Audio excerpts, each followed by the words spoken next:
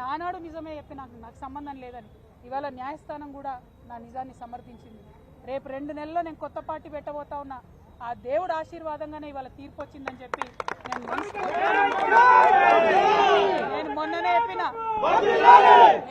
చెప్పిన రాజకీయం చేయాలంటే ధైర్యం ఉండాలి, ఓడిపోతే ఒప్పుకునే ధైర్యం ఉండాలి.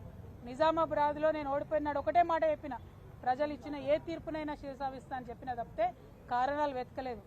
ఇవాళ వచ్చిన తీర్పుని దీనివల్లనే ఓడిపోయిందని చెప్తున్నారు.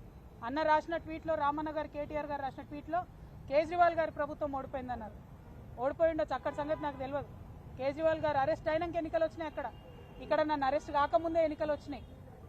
మీరు ఫ్యాక్ట్స్ని ట్విస్ట్ చేసి సోషల్ మీడియాలో మాకు పెద్ద ఆర్మీ ఉంది, పేడ్ బ్యాచ్ ఉంది, నేను ఏది మాట్లాడినా నడుస్తుంది చెల్లుతుంది అనుకుంటే ఆ రోజులు పోయినాయి. దయచేసి నిజం చెప్పండి. నాకు ఆర్మీ లేదు, గిర్మీ లేదు, నాకు ఉన్నది గివిలే అబ్బా. ఈ పిడికెడు మందితోనే ఈ రాష్ట్రంలో ఒక కొత్త రాజకీయ శక్తి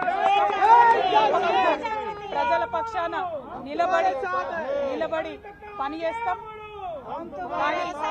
కానీ చేతులు జోడించి తెలంగాణ ప్రజలకు మాత్రం ఒకటి విజ్ఞప్తి చేస్తున్నా.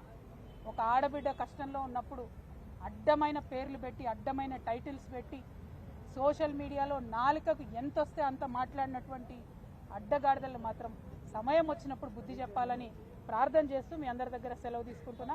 Thank you. జై తెలంగాణ, జై తెలంగాణ.